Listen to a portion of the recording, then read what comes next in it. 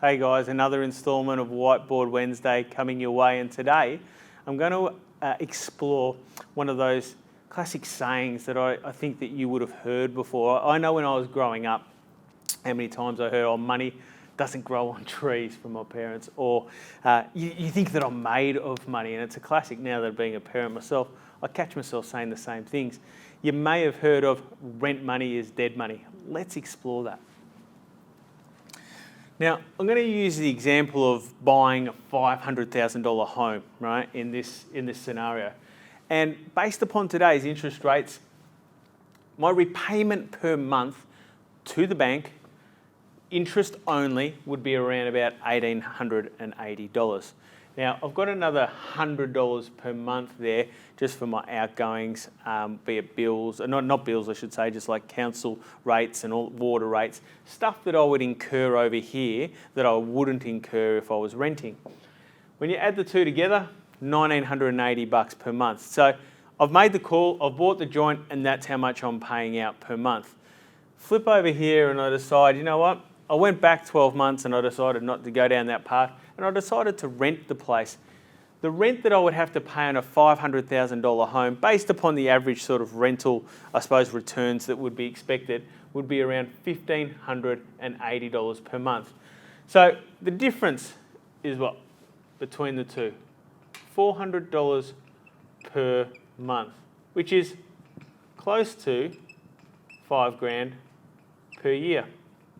Now, let me ask you, interest to a bank or rent to a landlord?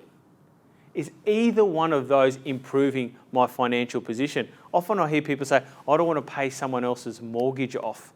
Okay, well that's fine. But you know what? There's probably a hell of a lot nicer landlords out there than there are the heads of the banks. To me, interest to a bank or rent to a landlord makes no difference.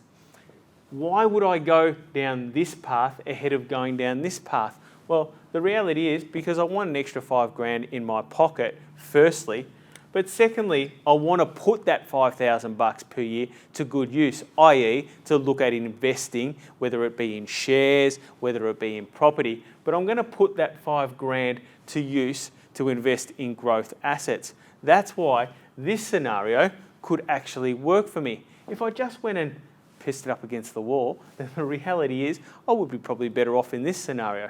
Now, I can hear you already coming at me through the lens in the camera. Well, you know what though? What about the growth associated with this property? And you're right.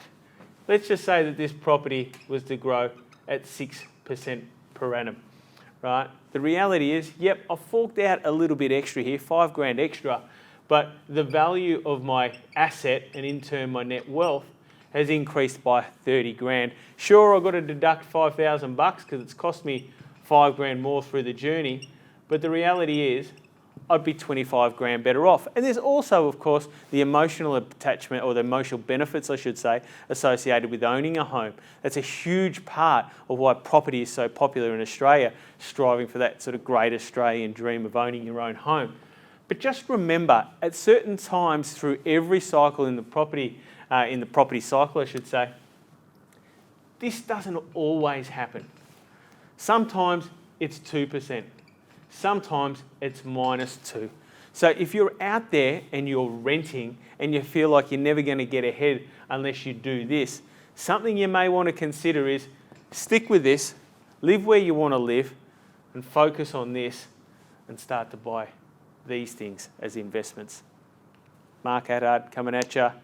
Looking forward to seeing you next week for the next instalment of Whiteboard Wednesday. Cheers.